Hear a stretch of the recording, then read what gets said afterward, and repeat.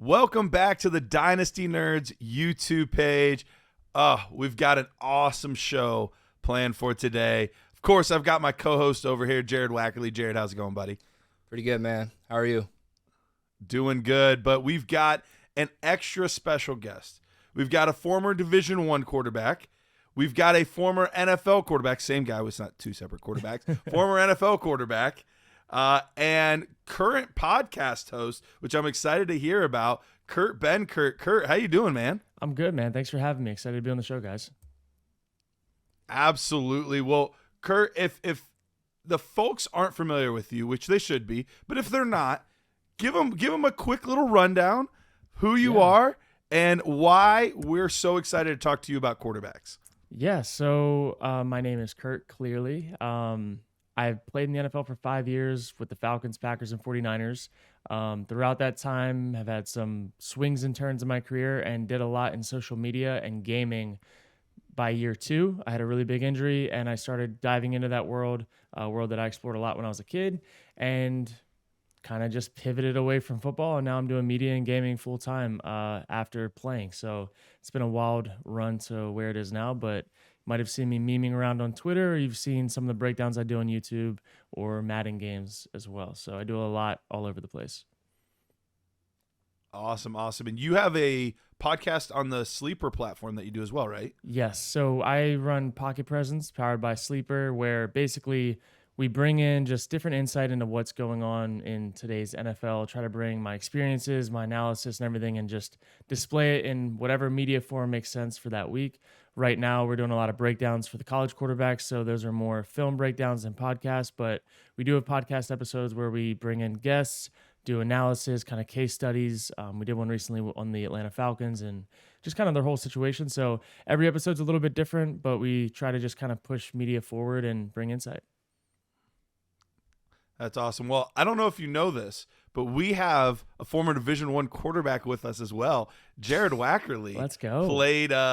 Played ball at Akron. I was just a that. dumb linebacker, so I didn't have much to offer here. that. But we have another quarterback on the show, so you're not alone here. Sweet. So you know what it takes. Oh yeah. I know what it takes, but you took it even further, and I'm really interested to hear, your experience and how you apply it to breaking down these quarterbacks coming out. Because, I mean, as we all know, quarterback, it's so much of it is played between the ears and how those guys are coached, and us from the couch and from our computers, like, we don't know what these guys are being told in their coaches' rooms, and we don't know what their actual reads are. So for me, it's like, for fantasy purposes, it's like I always fall back on draft capital, even though I have the experience of playing. Yeah. Not to the extent that you did, but I'm just interested to see how, like, you're going about it now that you're out of the league and doing this from, like, a media standpoint and how you look at it. That's awesome. Yeah, I mean, if you want, we can get into it right now, or we can. Let's do it. Yeah, cool. let's get right into it. Let's get right in, man. Yeah, so I would say when I'm looking at quarterbacks, the first thing that I'm looking at is, like, what is their process before the ball is thrown? So what's their footwork look like? What's their pre-snap? Like, what are they looking at? What's their demeanor? Are they checking things at the line? Like, I try to get, like, a broad stroke of, okay, who are they before they have to, like, be a quarterback and throw the ball?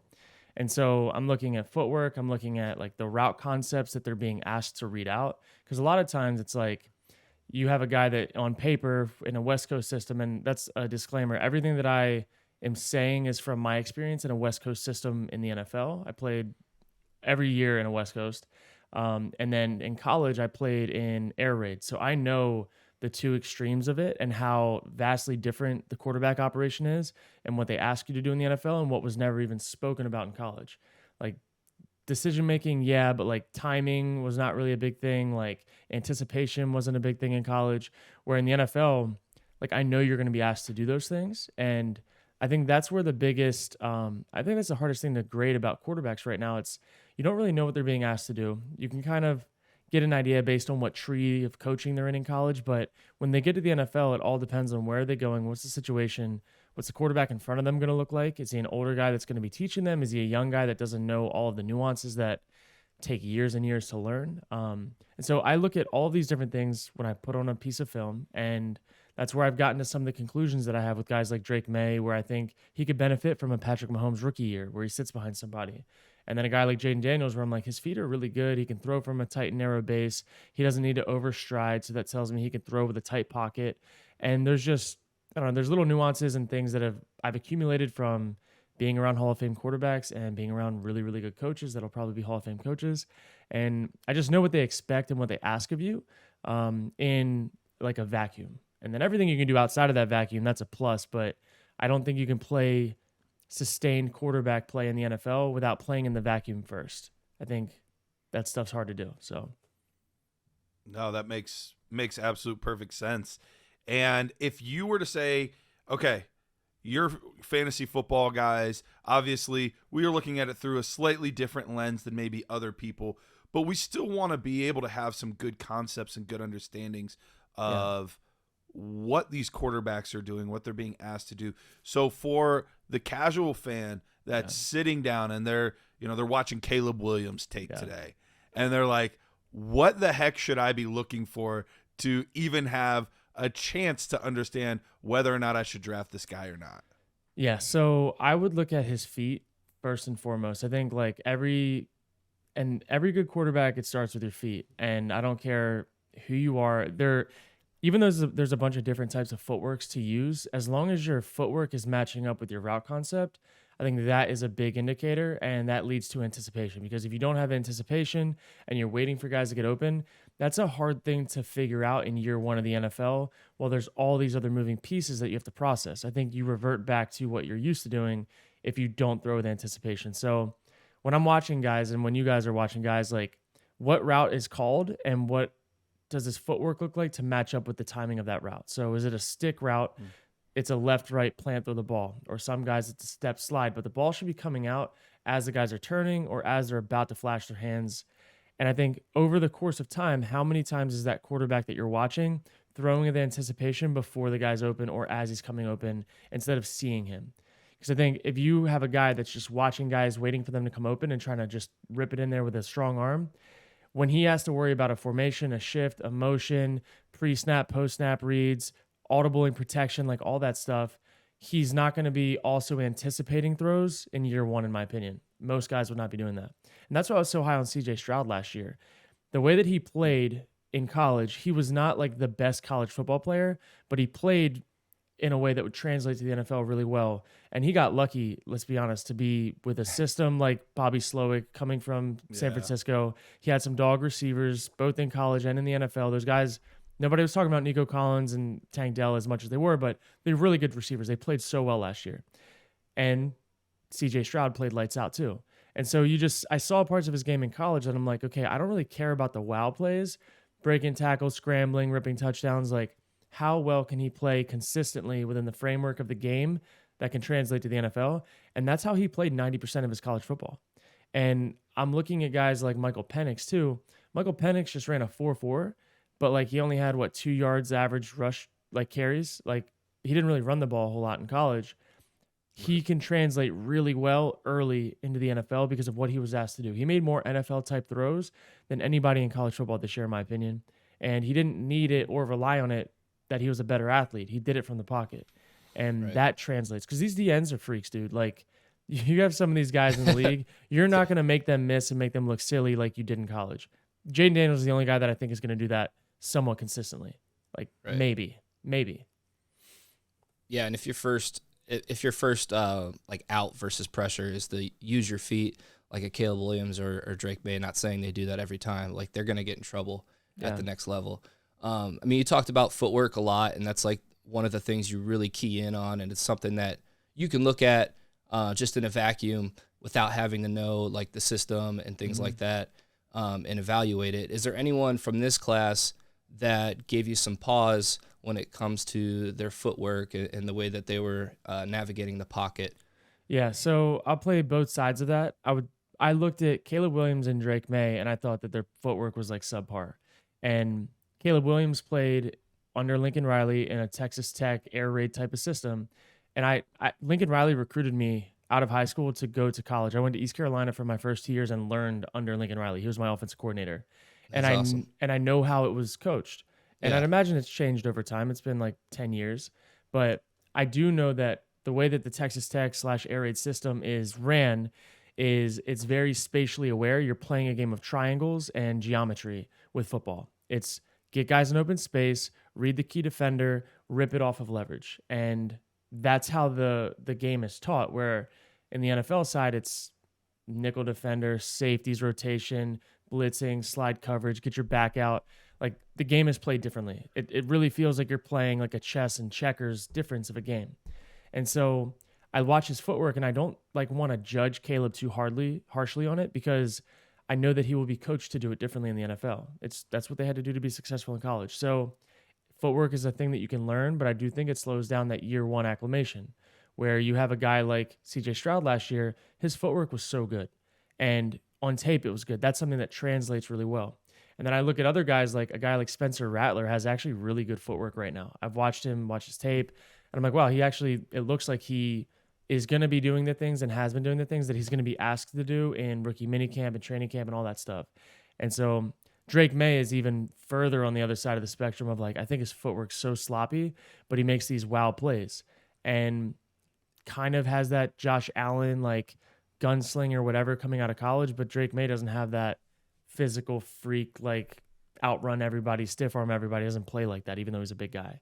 So no, it's a little bit all over the place, but you can just kind of watch these guys and watch how they drop back before they're asked to throw the ball. What's their tempo? Do they look comfortable? Even if you don't know what a 3-step, 5-step, 3 and a hitch or reset, none of that stuff means. Just watch them and their body language and their feet before they hitch. What do they look like? And I think over the course of a full season, you can see kind of where guys are going to be going into the NFL. But footwork can change and it can get better. Yeah, I noticed a lot on Drake May's tape is like he was creating like his own pressure sometimes with the way he was like either sliding to the side that he was going to throw in the pocket rather than just kind of staying, where he needs to be. Yeah. Garrett, what other questions do you have for Kurt? Yeah. So I'm curious for you, looking at all of these quarterbacks, and for me in my mind, I'm looking at kind of the top 6 or 7 guys. But if there's somebody outside of that you want to highlight, I would love to hear it. If Spencer you Rattler, had man. to draft, I know, right? Just heard it. If you had to draft today, what order? Because you said you're playing Dynasty fantasy football now. So what's kind of your rough order that you would feel comfortable taking these quarterbacks? Yeah, so I look at it, and this is strictly fantasy perspective. Jaden Daniels has to be number one. Like you look at how he plays the game. You look at a guy like Justin Fields, who on paper wasn't a great quarterback last year. When he's playing, he's scoring fantasy points. The running part of a quarterback's game is massive in fantasy. So I'm taking Jaden Daniels because he has the highest ceiling to be that guy. And then I'm taking Caleb Williams because obviously he's going to play early. He's going to have weapons around him. And I think Caleb Williams is probably going to have a better passing year than Jaden Daniels will, because his weapons right now look really good. He is playing in a division that's going to be tough. Like that division's only getting better across the board. So, assuming he goes to the Bears. Sure. I think we're all making that assumption. I think that's a strong assumption. So I'm looking at those two people at those two spots. And then number 3, like I just don't think that Drake May is going to be producing enough, even if he goes top 5 to play. Like if he goes to New England, I wouldn't touch him with a 10-foot pole. Like I would not in year 1, and maybe not So year funny 2 or you 3. said that. Like I wouldn't do it. I texted my buddy yesterday. I said, I wouldn't touch Drake May with a 10-foot pole. There we go. We're literally just insane, dude. Exactly what I said. Yeah. And that was after you put the video out, Garrett, of Drake May. Yeah, of course. And I think you look at some of these other guys, like where I found the most value in my leagues was getting guys like Gardner Minshew and Sam Darnold, and like some of these guys that I got last year in Dynasty that I'm like, if they get a situation at all, they're going to be there. And I'm in a 2-quarterback league, so you need depth at quarterback. Like they're my quarterbacks 3, 4, and then I have another 5 that's whatever. But like, I have Jordan Love and I have God, who else is it? I think it's Lamar Jackson, my number 1 and number 2 quarterbacks in that league. But like good. You need like a Gardner Minshew type, whatever. I think Bo Nix can be a Gardner Minshew type, where maybe he's not starting year one. Who knows? Draft could go crazy. He could go to the Broncos or something and be the guy right away. But I like a guy like Bo Nix that I think is really sharp. He plays the game well. He's accurate. He good decision maker, doesn't really throw interceptions. His footwork is good. Like, I'm looking at all the things that I know coaches really care about. If you're not going to get a top 3 guy talent-wise, like 1, 2, 3 in the draft, you want a guy like Bo Nix as a quarterback coach and as an offensive coordinator that you know you can talk to, you can see him process, you can see him get better, and you know he comes with this foundation of like footwork, timing, accuracy that you don't have to coach. That's really hard to coach when you're always like just trying to force it and you're running up on time. Would you take Nix before Penix? I think that obviously it depends on where they go in fantasy or in the draft to know where they're going to go in fantasy. But I guess I meant from like an NFL draft standpoint. From an NFL like draft, they're both on the board. Both on the board. Like, I think I'm going to take Penix. Yeah. I think Penix isn't the sharpest footwork wise, but his arm talent is insane. Like probably the best in the draft. Yeah. If I'm drafting as an NFL GM, not for fantasy right now, I'm going Jaden Daniels, Caleb Williams, Penix, Bo Nix, then May is what I'm. Whoa. Oh, sorry, I forgot about JJ McCarthy. JJ McCarthy. Yeah. We haven't even really talked about him. Yeah. Like, what are your general thoughts on McCarthy? I think that he's, he reminds me of a better version of Corral, from a few years ago. And I think Corral just didn't even get a chance. I mean, he went to Carolina and that sucked. He got injured and their situation sucked. But like a guy like Matt Corral, I watched him in college.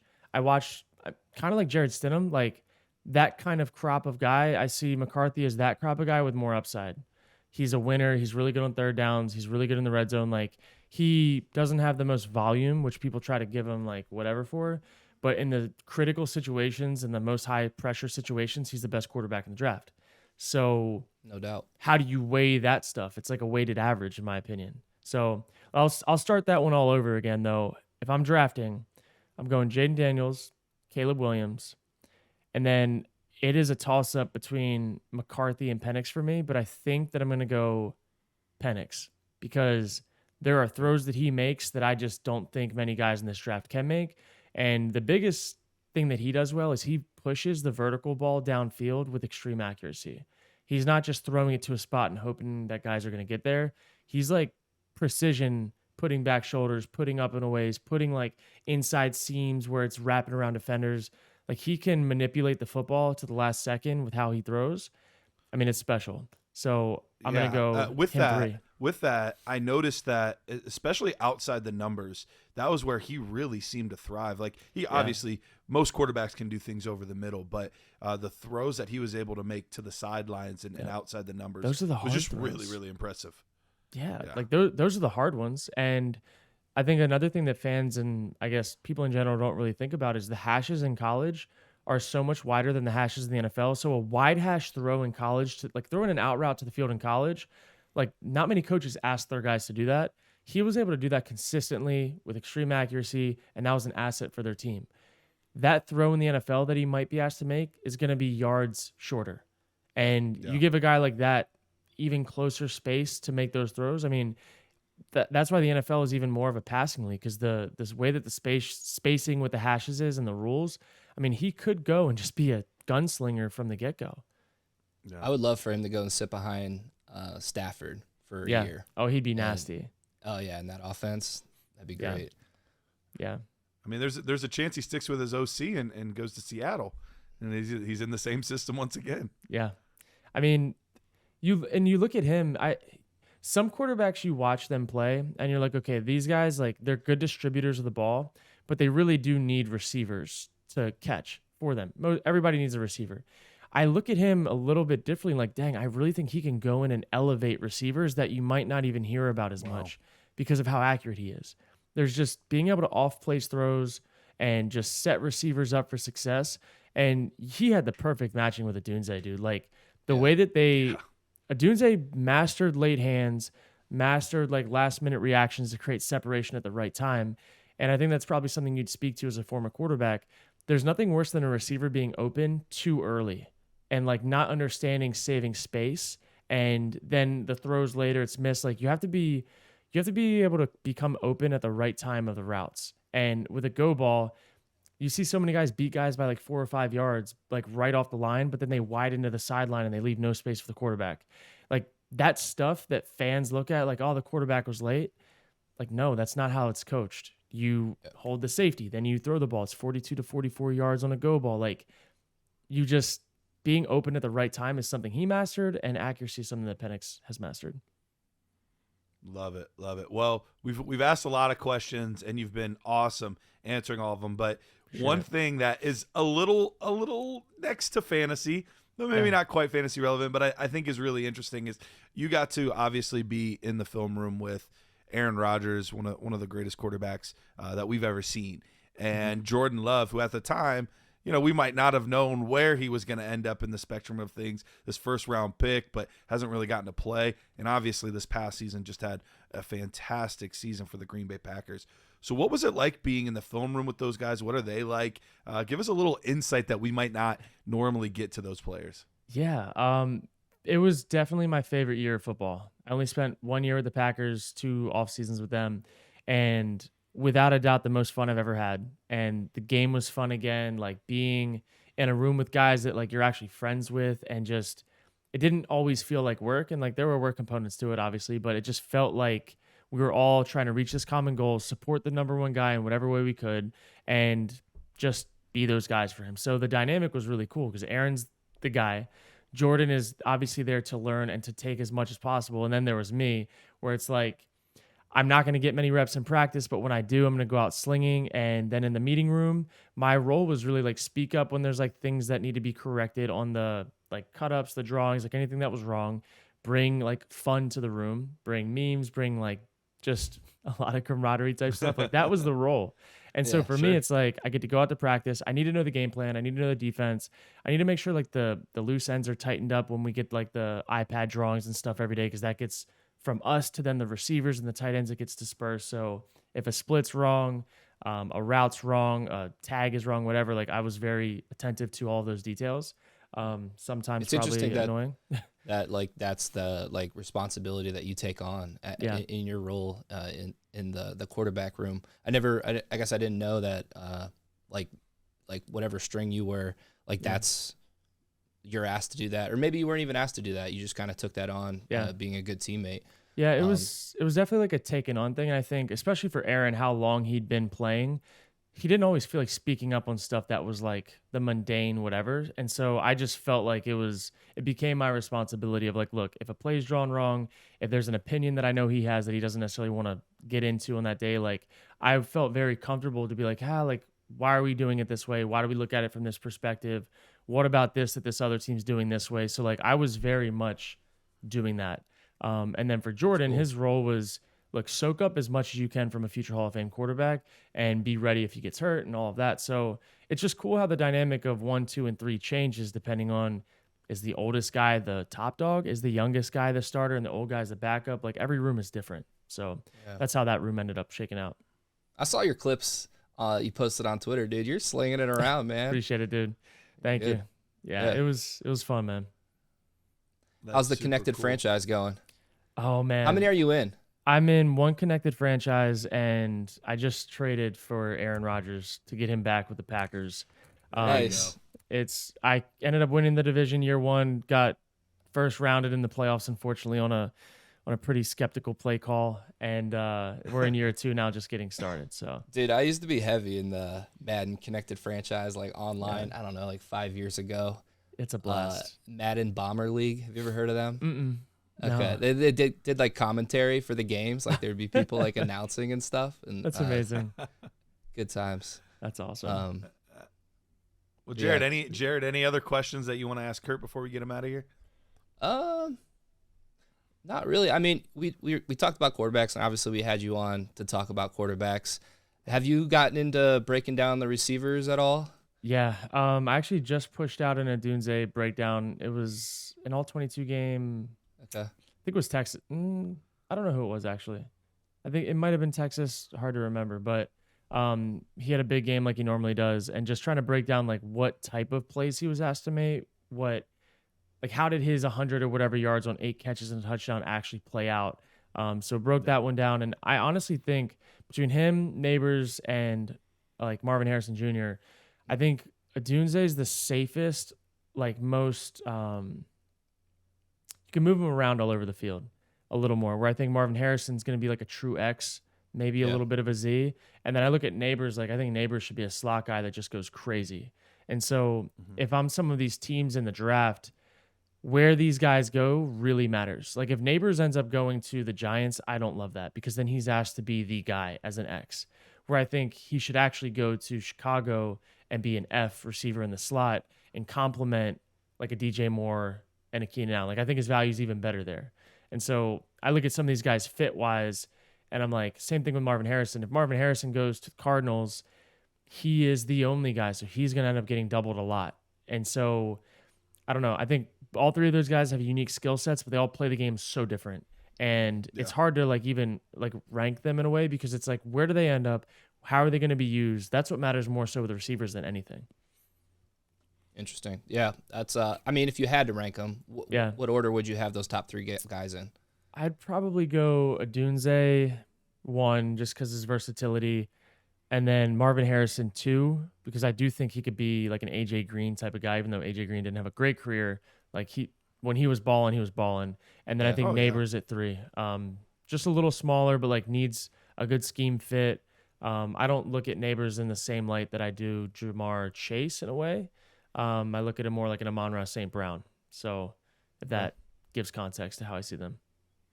Yeah. Awesome. Yeah, that's awesome. We're breaking down receivers right now on the main podcast. So I was just curious how you had them.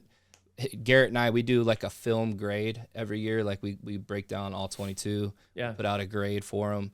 We've been doing it for the past 5 years. And that's awesome.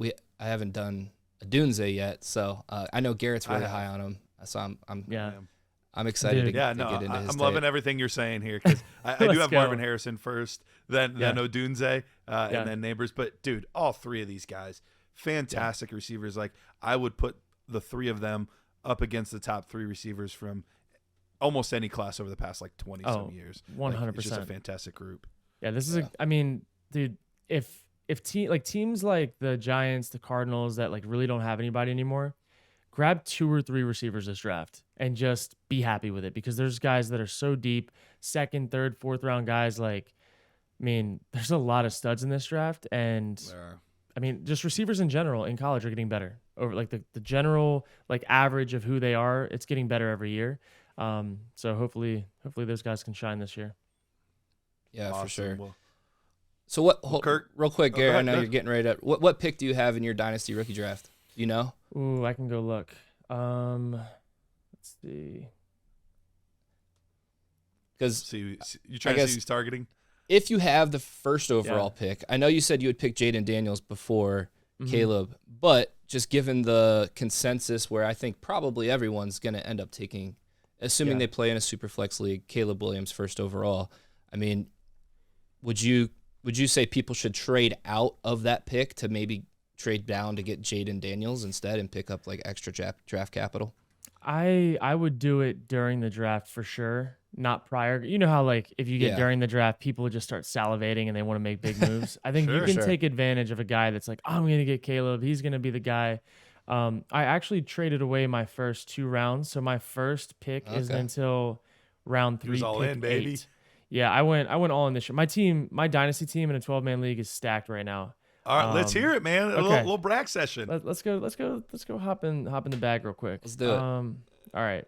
So the famous move that I made was I traded away Trevor Lawrence right before the demise for Jordan Love, George Pickens, and Cortland Sutton, and a 4th round pick. I got a haul. That's a great trade. Yeah. All of the talk was, is Jordan going to be the guy? Is this and that? Like, I'm like, no, dude. His receivers played like shit in the first half of the year. They're going to figure it out. And then lo and behold, he helped me get to the playoffs. So right now, my starters, Lamar Jackson at quarterback, Jordan Love at quarterback, Derrick Henry, who's in Baltimore now, Saquon Barkley, who's in Philly now. Both guys that I got like traded for low.